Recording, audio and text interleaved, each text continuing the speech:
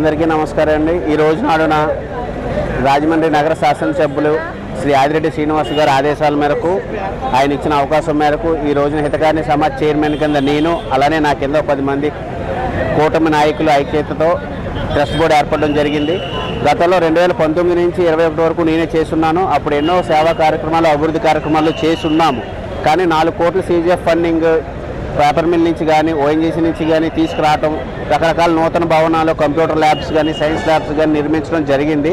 అవి ఎట్టకేలకు ఓపెన్ చేసే క్రమంలోని దురదృష్టవశాత్తు గవర్నమెంట్ మారడం, మేము దిగిపోవడం, మా టర్మ్ అవ్వడం, తర్వాత వైసీపీ నాయకత్వంలో ట్రస్ట్ బోర్డు ఫామ్ అవ్వడం, వాళ్ళు ఎన్నో అరాచకాలకు పాల్పడ్డారు. ఎంతో అన్యాయం జరిగింది. తీసిన పాత ఐరన్ కానీ, వుడ్ కానీ, అలానే ఈ 4 కోట్ల ఫండ్స్ ఎటు మళ్లించారు, ఎలా ఖర్చు పెట్టారు అన్నది ప్రారంభించిన పనులు మేము ఉన్నప్పుడు 70% పూర్తి చేసాం. ఈ రోజుకి అదే 70%లో ఉన్నాయి తప్ప సంపూర్ణంగా అయితే పూర్తి అవ్వలేదు.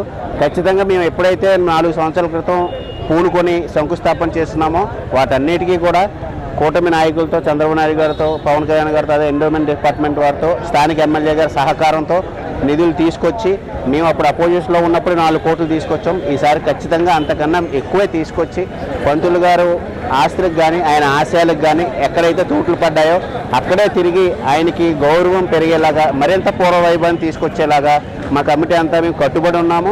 మా వెనకాల మా బలమైన నాయకత్వం ఉంది, కూటమి నాయకత్వం ఉంది. ఖచ్చితంగా మేము సాధిస్తామని మనస్ఫూర్తిగా అనుకుంటున్నాను. Thank you.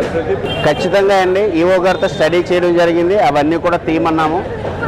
మేము ఉన్నప్పుడు 4 కోట్ల ఫండింగ్ ఏమైంది, అది ఎటు మళ్ళింది, కన్స్ట్రక్షన్ అవ్విందా లేదా, ఎందుకు ఇప్పుడు వచ్చి ప్రారంభించలేదు, ఏమేమి అవకతవకలు జరిగినాయన్నది మేము బయట నుంచి చూసాం తప్ప విత్ ప్రూఫ్స్ అయితే మాకు దొరకలేదు. అవన్నీ కూడా ఇప్పుడు బయటికి తెస్తాం. వాటిలన్నింటి మీద ఆరా తీసి, దాని అన్నింటి మీద స్టడీ చేసి, నిజంగా కనుక అవినీతి ఉంటే ఖచ్చితంగా వాటన్నింటిని కూడా బయట పెడతాం.